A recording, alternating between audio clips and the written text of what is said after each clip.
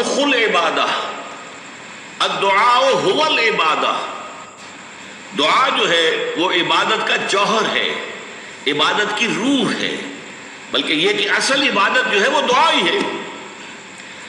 لہذا توحید سے دعا کیا ہے؟ لا تدعو مع اللہ احدا، اللہ کے ساتھ کسی اور کو مت پکارو۔ یہ سورہ جن کی آیت ہے۔ یعنی یہ ہے کہ ایک تو یہ کہ آپ اللہ کو پکار ہی رہے اپنے دیویوں کو، دیوتاؤں کو، اپنے لات کو، عزا کو، منات کو، حبل کو، وہ تو اور دور کی بات ہو گئی۔ ایک ہے شرک فی الدعا، اللہ کو بھی پکار رہے ہیں اور کسی اور کو بھی پکار رہے ہیں۔ اب وہ کوئی اولیاء اللہ بھی ہو سکتے ہیں، کوئی ملائکہ ہو سکتے ہیں، کوئی انبیاء کی ارواح ہو سکتی ہیں، کسی کو پکارنا کسی کا بھی ہوگا۔ دعا لا تدعو مع اللہ احدا، اور یہ در حقیقت ہم جب ہر رکعت جو ہے نماز کی ایاک نعبد و ایاک نستعین، پروردگار ہم صرف تیری ہی بندگی کرتے ہیں اور کرتے رہیں گے، اور صرف تجھ ہی سے مدد مانگتے ہیں اور مانگتے رہیں گے، یہ ہمارا قول و قرار ہے، یہ ہمارا عہد ہے اللہ کے ساتھ۔ اس کے خلاف نہ ہو، کسی کو پکارنے کی اجازت نہیں ہے۔ یہاں ایک باریک نکتہ سمجھ لیجئے، ایک ہے کسی کو پکارنا، کسی سے مدد چاہنا، کسی سے کسی کام کے اندر جو ہے کوئی امداد کی خواہش کرنا، جو کہ ہو دنیاوی جو معمولات ہیں، جو عام ہمارے قواعد ہیں، ظاہری مادی اسباب و وسائل کے درجے میں، وہ شرک نہیں ہے۔ میں کسی سے کہتا ہوں مجھے ذرا پانی پلا دو، یہ بھی ایک دعا ہے، استمداد ہے، مدد آپ نے مانگی ہے، اس سے اپنی ایک ضرورت پوری کرنے کے لیے کہا ہے۔ لیکن کیا ہے یہ کہ گھڑا ہے، وہاں رکھا ہوا ہے، وہاں پانی ہے، اس میں سے پانی لائے گا وہ دے دو۔ جو ظاہری قوانین طبیعہ جو ہے ان کے دائرے کے اندر کوئی دعا، کوئی استمداد، کوئی استعانت، کوئی استغاثہ، اس میں کوئی حرج نہیں۔ غیبی اعتبار سے کسی کے ساتھ بھی کوئی دعا کی جائے گی اللہ کے سوا، وہ شرک ہے۔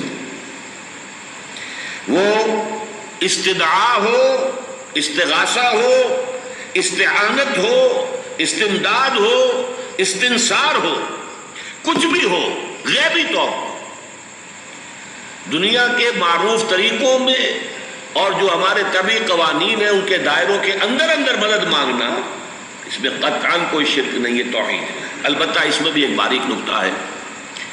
ایک بزرگ تھے جو فوت ہو گئے، انہوں نے یہ بات مجھے جس طرح سمجھائی تھی وہ آج بھی میں ان کا مشکور ہوں کہ دنیا میں عام قاعدے قانون کے تحت بھی کسی سے کچھ کہنا کہ بھائی میرا یہ کام آپ کر دیجئے، آپ کر سکتے ہیں، ایک دفعہ کہنا جائز ہے، دوسری مرتبہ یاد دلا دینا کہ شاید بھول گئے، وہ بھی جائز ہے، تیسری مرتبہ کہنا شرک ہو جائے گا۔ اور اس میں الہا و زاری کرنا اور خوشامدیں کرنا اور گڑ گڑانا، یہ تو شرک ہے۔ تم نے یہ سمجھا ہے کہ تمہارا کام یہی کر سکتا ہے، کام کرنے والا تو اللہ ہے۔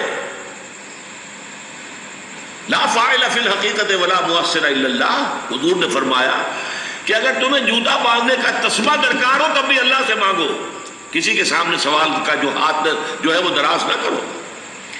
اللہ نے تمہیں ایک عزت نفس دی ہے، اس عزت نفس کو دہلا نہ بناؤ، کسی کے سامنے جو ہے اپنا ہاتھ پھیلا دینا، اپنی عزت نفس جو ہے تو ختم کر دینا ہے، مت مانگو کسی سے کچھ۔ لیکن یہ کہ ٹھیک ہے دنیا میں کام چلتا ہے۔ حضور کا شک کی شان تو یہ تھی کہ اگر آپ سواری پر ہوتے تھے اور آپ کی چھڑی گر گئی تو سواری کو بٹھا کے اس سے اتر کر چھڑی خود اٹھاتے تھے، آپ کسی اپنے ساتھی سے یہ نہیں کہتے تھے کہ میری چھڑی پکڑا دو مجھے۔ آپ کی تو غیرت کا عالم جو ہے وہ بہت بلند تھا، بہت بلند تھا، بہت بلند تھا۔ لیکن دنیاوی عام طریقے سے یہ کہ ٹھیک ہے بھئی آپ ایک کام ہے آپ کر سکتے ہیں، یہ کر دیجیے۔ اس نے کہہ دیا ٹھیک ہے میں کروں گا، پھر بھول گیا یا کچھ اور ہوا، دوسری مرتبہ یاد دہانی کرا دی، تیسری مرتبہ جو ہے انہوں نے کہا کہ پھر اس میں شرک کی بو آنے لگتی ہے کہ معلوم ہوتا ہے کہ آپ نے سمجھا ہے کہ اسی کو اختیار حاصل ہے، یہی مقتدر ہے، اسی کو آپ کا کام کرنے کا جو ہے وہ پوری قوت اور قدرت حاصل ہے، اور یہ چیز جو ہے یہ شرک کی بو اس میں سے آنی شروع ہو جاتی ہے۔ لیکن یہ ہے معاملہ سارا جو اسباب عادیہ کے تحت، اس سے ماورا آپ کسی کو نہیں پکار سکتے۔ میں معذرت کے ساتھ عرض کروں گا اگر کسی کے جذبات کو ٹھیس پہنچے، آپ شیخ عبد القادر جیلانی رحمۃ اللہ علیہ کو نہیں پکار سکتے، محمد رسول اللہ کو نہیں پکار سکتے، اور واقعہ یہ ہے کہ محمد الرسول اللہ کو تو پکارا بھی نہیں جاتا، پکارتے لوگ ہیں زیادہ حضرت علی کو، یا علی مدد، شرک۔